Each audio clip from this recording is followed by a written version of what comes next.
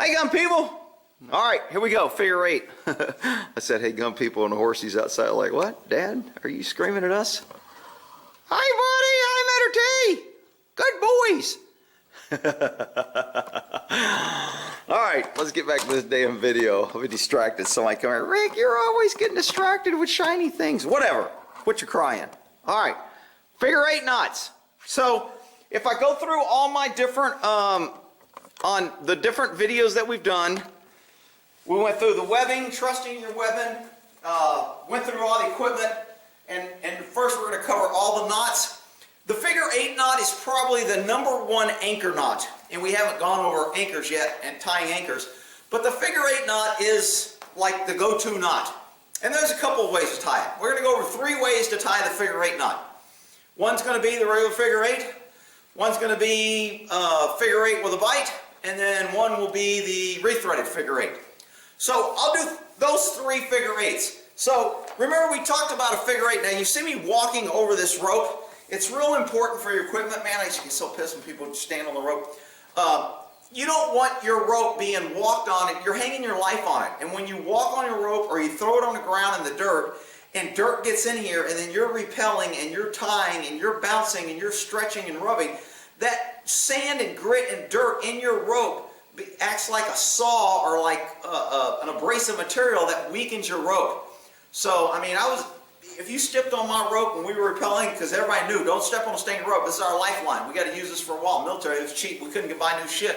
So, you want to take care of your rope. So, when you see me drop it in here, first of all, I'm not out in the dirt dropping it, but second of all, I'm not stepping on it. I do not like stepping on rope. Don't work on a rope. Don't throw your D-rings around where you cause nicks and chips, or you can damage them or cause a little stress fracture. Treat your equipment like your life's hanging on it, because it will. So, figure eight knot. Real quick, there's several ways to do this. My way is I just simply make a loop like so, and if I came here, this would be an overhand, right? That's just a regular overhand knot. We already learned that. But instead of coming here, I'm going to come around and come through the back way, and then I'll get my figure eight. Now the way I normally tie it is, instead of making one loop here, when I come up to go here, I just simply do another twist. And then that gives me my figure eight. And it looks like a figure eight when it's tied. So again, different ways to do it. Some people will tell you a different way. Basically, it is, I mean, when I just tie mine, I just loop around and I tie it just like that, and that's my figure eight. That's the way I've always tied it. That's the way I do it quick.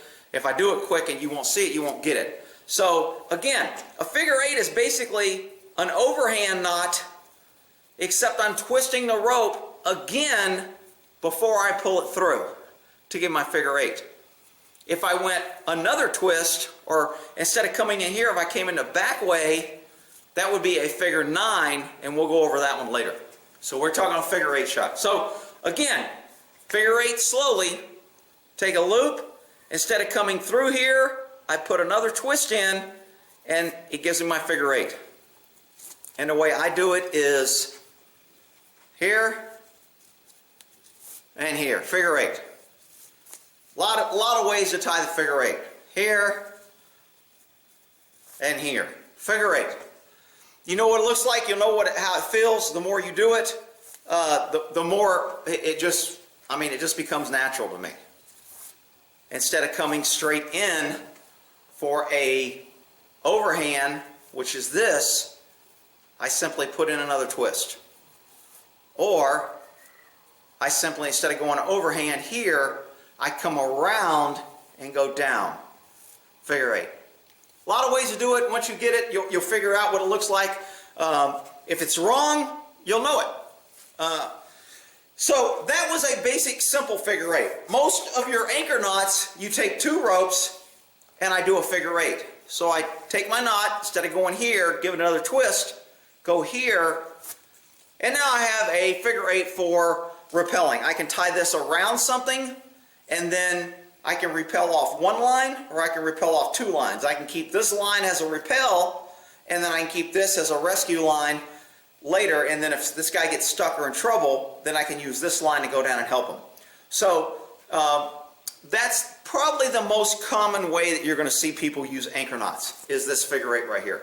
Now the problem with this figure 8 is if I have something that I need to get this rope around, I can't do my figure 8, because if I do my figure 8, this loop, I either have to be able to go over the top or I have to be able to get something through it. If I have to go around something like a tree or a pole or a large anchor point, I can't use this knot because I can't get over it and slide it down. Now I can make this loop bigger. Obviously I can make this loop as big as I want. I can tie my figure 8 down here, lower to the ground. And I'm not dressing or setting this knot, so I can have a big loop if I got something I want to put it around. And then I could rappel off this. But a lot of times you can't go around something because it's either a solid pole this way or a solid pole this way. And that's where we're going to get into what I call the rethreaded figure 8. So a rethreaded, now remember we already did a rethreaded overhand for our water knot. Remember that? The rethreaded overhand for the water knot? You do basically an overhand knot, and then you take your other end and you rethread it. You follow this rope from where it starts, and you follow it, and it loops around, and I'm following it here, and then I'm following it through where it comes through here. And this is a rethreaded overhand knot. Basically the water knot with ribbon, except the ribbon, it looks really nice. This will work on rope, but you're not going to get it untied. It's pretty tough to get untied once you put it under load and pull. I just put one on my neighbor because I was helping pulling something out and he had some rope, and I tied a quick water knot to adjust the rope because we need a long rope to use the truck to pull something. And he ain't getting that knot out. He's going to have to recut the line. But anyway, I digress. So that's a rethreaded overhand. Now let's use our thinking brain here. If I tie a figure 8, how do I get a rethreaded figure 8? I simply follow this rope up, over, around, down, and then back up through here. And that's what we're going to do. I'm going to take the other end of this rope. I have my figure 8, and I'm following this end here, so I'm following it. I'm going, it goes in there. After it goes in, it takes this loop here, take the loop there, then it goes down. I'm going down. Then it comes back around, and then it goes through here. So it goes back around and then comes out here where this other line came out. And then I tighten it up, and what do I have? I have a rethreaded figure 8. But what I have is a loop. So if I tie this rethreaded figure 8 around something that I can't go over, so I wrap it around, and then I take my 2 ends and I tie my rethreaded figure 8, and I have an anchor point. Now, doing something with long rope hanging off the end like this is not really effective. So you wouldn't want to run 150 rope through a rethreaded. So a lot of times what this knot is used for is if I'm tying off to an anchor position and I want to be a belay man or a safety guy, and I want to tie off to my D-ring. So if I'm tying off to, let's say, this D-ring right here, I would tie me a figure 8. I have my figure 8. I would put it through my D-ring, loop, or anything else. So now I have it looped through here, and then I do my rethreaded figure 8.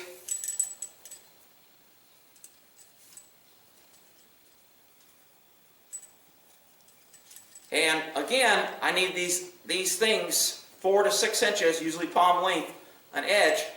And now I have a rethreaded figure 8 here, but I have a long line that either leads up to my belay guy or leads to a guy going over the cliff, and I'm feeding him out or something like that. So, but this is a figure 8. Once I dress it and make sure it looks like a good, nice figure 8, like it should, and I've hooked in here permanently. Well, Rick, why don't you just use a D-ring? Well, obviously if you're hooking in a D-ring, you can do that. But that's basically how you can do. Now, on this figure 8, you notice This knot, even though I did it rethreaded, is the same knot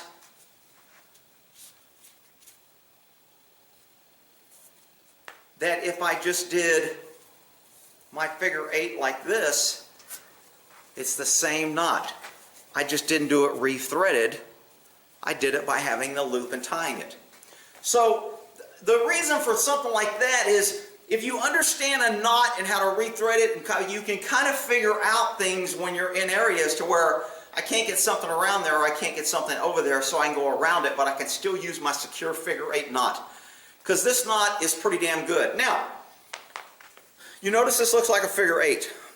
A lot of times people will say, I don't like using this because when it gets tight under load, I can't get it out.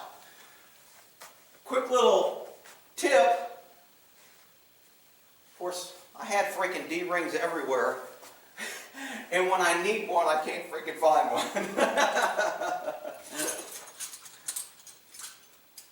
So, if you have a figure 8 and you want to make sure you can untie it, you simply just click like a D-ring through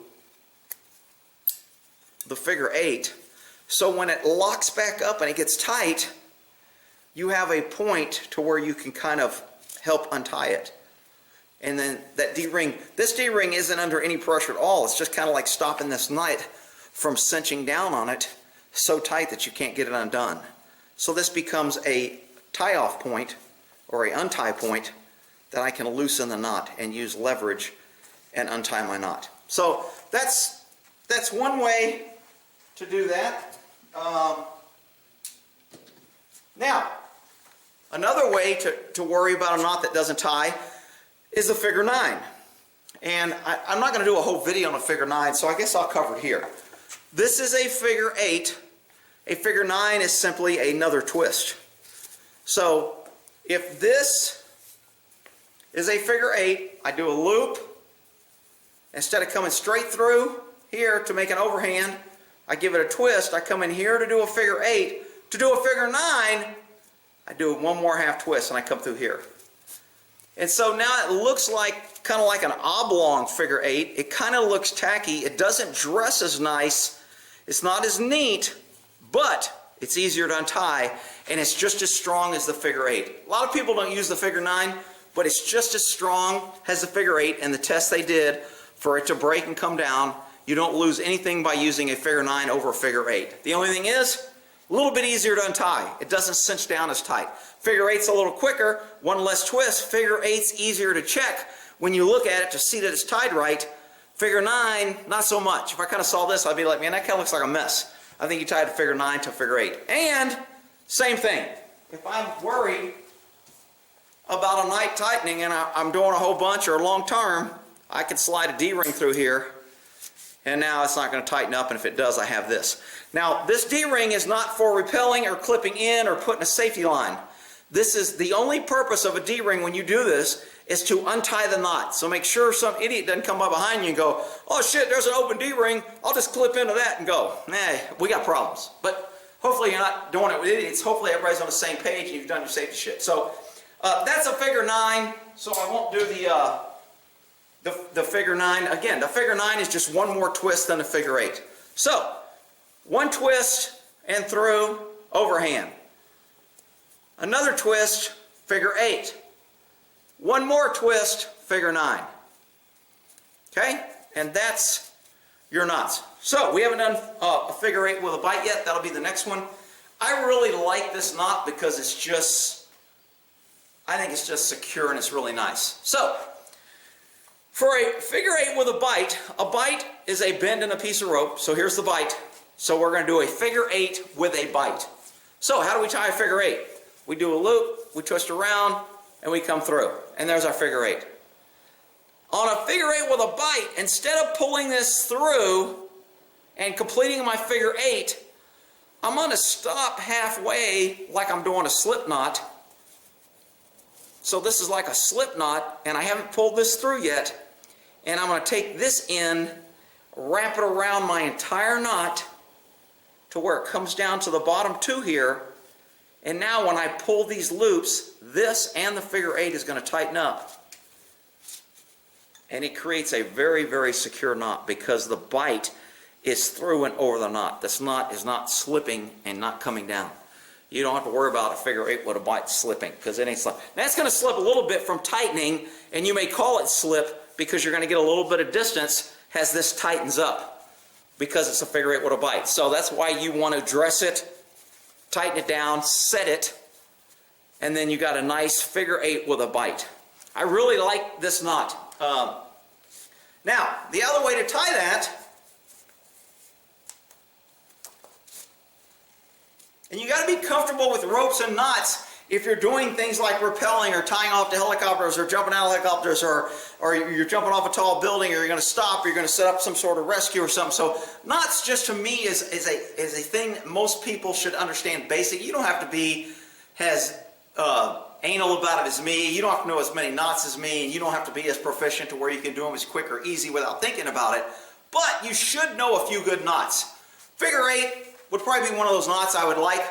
I really like the bowline knot. I'll do that in a separate video. But so we did the figure 8 here. Now, what's another way to tie a figure 8 with a bite? So I'm gonna do a loop. Instead of going through here, which is an overhand, I'm gonna go through here for my figure 8. But because I want to do a bite, I don't want to put the bite through. I want to put the bite around. So I'm gonna put this like a slip knot and hang on to my bite. Now, how do I get my bite over here? I can either go over the knot completely and do it this way to make my bite, or if my rope isn't long, I can just simply grab my other 2 ends of rope and pull it through the bite, and I've accomplished the same thing as I did by flipping it over. But when you have 200 feet hanging off the side, you don't want to pull that through, so it's easier to go over. Same way when I untie it. When I untie this, I can loosen the top part, because this is the part that tightens it. I can kind of push that down, loosen this knot here, and I can either bring this over the knot, or I can simply pull the rest of the rope through it, and now I kind of basically have a figure 8 slip knot, because when I pull this, my knot's going to come undone. Okay? Figure 8 with a bite. So we have a single figure 8, we have a rethreaded figure 8, we have a double figure 8 for tying off like so, and then we have the figure 8 with a bite, which is basically the same knot I just did, but we're going to pull it halfway through, slip this part over the knot for the bite, and then tighten it up. Dress it, make it look nice, and we'll end it with a nice figure 8 with a bite. 3 down here instead of 2. See, a normal figure 8 without a bite, you'd have 2 down here, 2 up here. That's kind of how you check to see if your figure 8 is tied correctly. By looking at it, and you should have 2, 2, 2, 2, 2. With a figure 8 with a bite, you add that extra at the bottom to where now you have 3 ropes instead of 2 at the bottom. And again, these knots, somebody's going to come here and go, man, he didn't dress those knots good and he didn't check them. Look, when you tie a knot, you want to tie it so you can check it and it looks decent. Okay? So I'm going to tie you a nice figure 8 like I would tie it if I was tying it without just trying to demonstrate it to you. So I'm going to keep these 2 ropes in line. I'm going to come around. They're going to stay in line. I've got a nice line. When they come here, I'm going to keep them in line. I'm going to make sure they stay with the lay of the rope. Instead of coming through here, I'm going to put my extra twist in. Again, keeping all the ropes in line. Then I'm going to pull my rope through, keeping all my ropes in line as I tighten them equally with equal pressure. I don't want any one rope getting out of the way. And I'm going to keep applying soft, equal pressure. And I'm going to have a nice figure 8 that looks like a figure 8. That is dressed and set. And it's going to set more when I jump off and rappel or stop or hang. So, figure 8. Nice knot, rethreaded, regular, single, double. Rethreaded is kind of like a double figure 8, and then we have figure 8 with a bite to where you basically bring the loop around. Great knot, great tie-off knots, very strong. I think you only lose maybe 20 to 25% of rope strength. Could be as much as 30, I guess, depending on the rope. Different ropes, well, you'll lose more strength or less strength in the knot because more flexible rope will let the knot set better. Stiffer rope won't set as well. Sometimes stiffer rope you'll lose more on the knot. Sometimes softer rope you'll lose more on the knot. So there's all kind of factors, but if you're using equipment that's good for 2,000 pounds or more, you're probably good by losing it. But remember, every time I put a knot, I weaken this rope. So sometimes I'll see people rappelling, they'll have 40 different knots, and we'll go into the butterfly knot later, which is a really great knot for tying in the middle of a rope. But on a butterfly knot, you've put another knot in here, but I can use this knot for so many things, and it's very handy.